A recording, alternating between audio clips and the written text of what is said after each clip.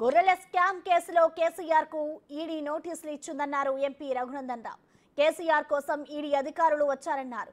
కేసీఆర్, హరీష్ రావు, వెంకట్రామిరెడ్డిలకు ముందుంది మసల్ల పండుగ అంటూ రఘునందన్ రావు హెచ్చరించారు.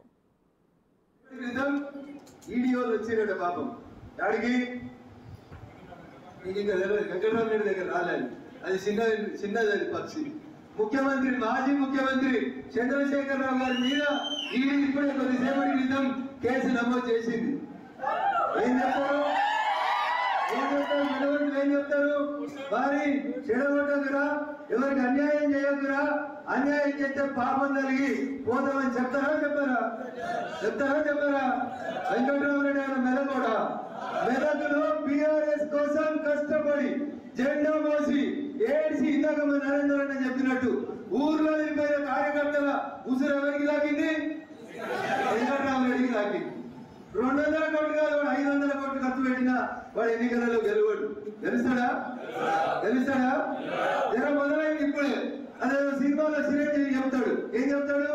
In front there is crocodile festival. Venkataramareddy గారికి ఉంటుంది క్రొకడైల్ ఫెస్టివల్, గౌరవనీయులు హరీష్ గారికి ఉంటుంది, మాజీ ముఖ్యమంత్రి చంద్రశేఖర్ రావు గారికి కూడా ఈ ఫ్రంట్ దేర్ ఈస్